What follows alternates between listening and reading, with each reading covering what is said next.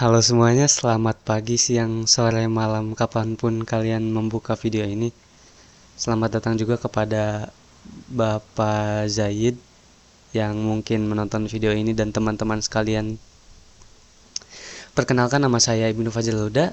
Saya memiliki NIM 251091700502 dari program studi sistem informasi.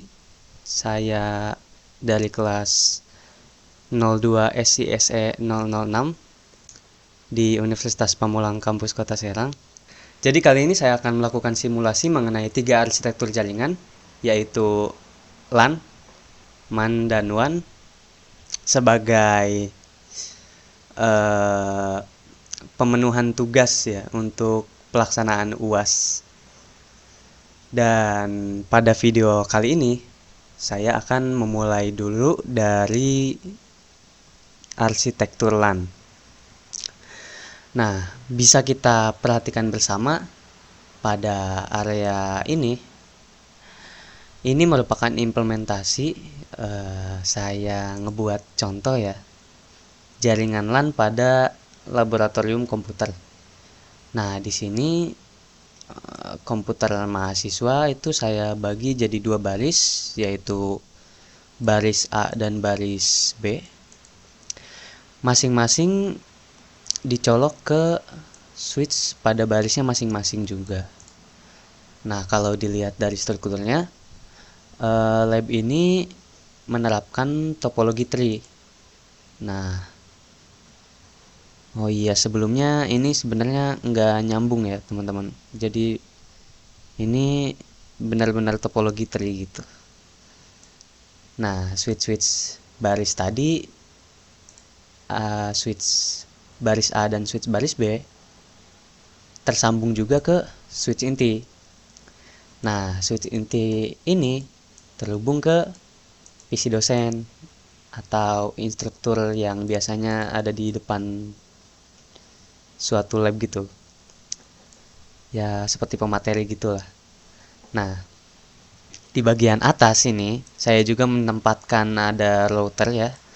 Nah, tapi router ini sebenarnya nggak akan digunakan sekarang ya.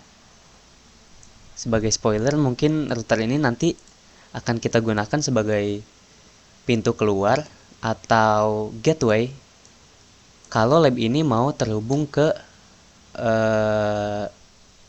jaringan atau ke tempat lain gitu. Tapi untuk komunikasi LAN yang akan kita bahas pada video kali ini itu yang akan kita gunakan hanya komputer-komputer yang ada di lab ini. Dan jadi belum ada fungsinya untuk router ini. Nah, di sini untuk penghubung dari PC ke switch ya, masing-masing PC ke switch itu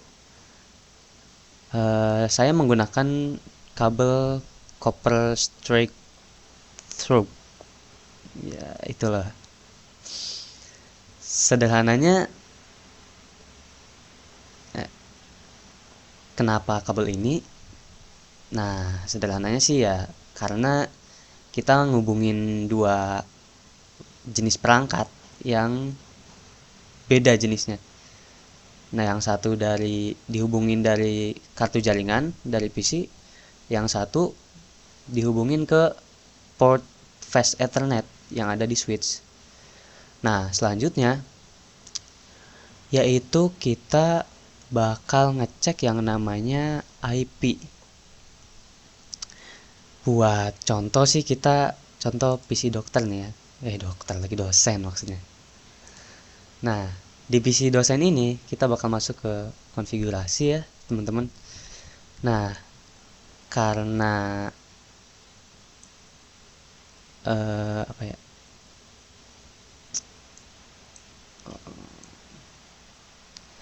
Nah, di lab ini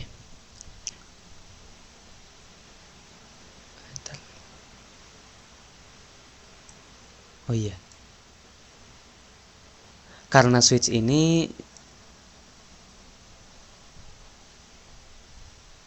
aduh, gimana sih?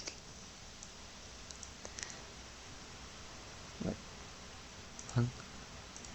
Nah, di sini kita akan masuk ke sesi konfigurasi ya. Oh iya. Nah, switch ini biasanya udah secara default aktif ya. Jadi kita hanya tinggal ngatur alamat pada setiap PC IP address gitu. Nah, contohnya yaitu di PC dosen ini saya kasih alamatnya itu 192.168.1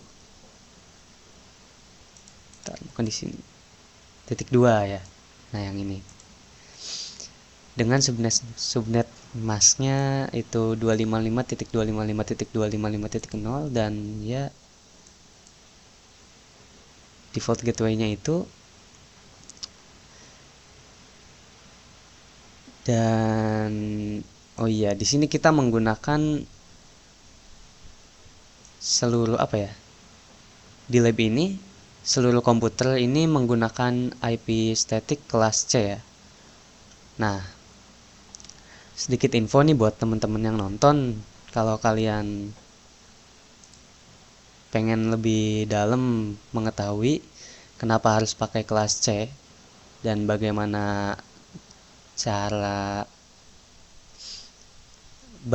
pembagian angkanya, teman-teman tuh bisa recheck dan research ulang lewat keyword IP address classes and subnetting basics yang kalian bisa cari di Google.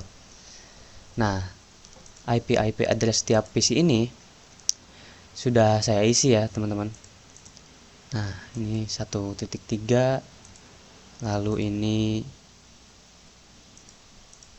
1.4, dan ini 1.5 dan seterusnya ini 1.6. Nah, alasan kenapa kita harus masukin IP address yaitu agar tiap PC itu punya alamat yang tetap gitu. Jadi ketika PC masing-masing dari PC ini ingin berinteraksi dengan PC yang lainnya, itu udah ada alamat yang pasti gitu. Jadi masing-masing PC jadi bisa berinteraksi satu sama lain lewat IP address tersebut gitu. Nah, sekarang kita masuk ke simulasi ya. Di simulasi mode ini kita masuk ke yang ini ya, di pojok kanan bawah. Sekarang kita coba pakai ini, add simple PDU. Kita coba ngirim paket dari PC dosen ke mahasiswa yang duduk di A1 gitu. Kita bisa play dulu. Nah, ini waduh, cepet banget ya. Bisa kita lihat prosesnya.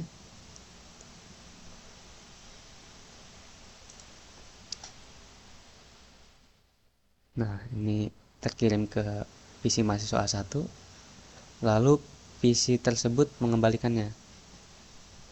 Nah, kalau apa ya?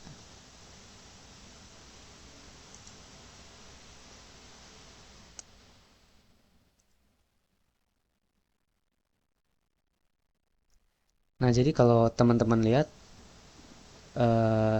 paket data ini yang dikirim nggak asal bergerak ya. Jadi dari switch ini itu udah ngarahin ke arah yang sesuai sama addressnya gitu. Jadi arahnya bakal konstan ke situ ya. Nah, ini karena ya sistem dari switch ini itu punya kayak semacam tabel internal gitu untuk ngingat komputer mana yang dicolok di port mana gitu. Jadi misal switch ini nyolok ke switch ini tuh di port yang mana, lalu PC ini nyolok ke switch baris A ini ke port yang mana gitu. Jadi paketnya bakal diterusin secara presisi lewat baris ini aja gitu, nggak dikirim ke baris yang selain itu gitu. Nah, di sini juga bisa kita lihat pengirimannya sukses ya. Atau bisa kita coba juga cara lain, yaitu kita coba ngeping dari PC dosen ini, kita coba ke pojok ya. Nah, bisa kita lihat seluruh paket yang dikirim itu udah dibalikin ya. Jadi ini tandanya pengirimannya berhasil, dua-duanya tersambung dengan baik gitu. Nah, intinya yang bisa kita dapat dari video kali ini yaitu kita semua belajar mengenai bagaimana struktur dasar jaringan LAN di sebuah lab komputer itu dibentuk.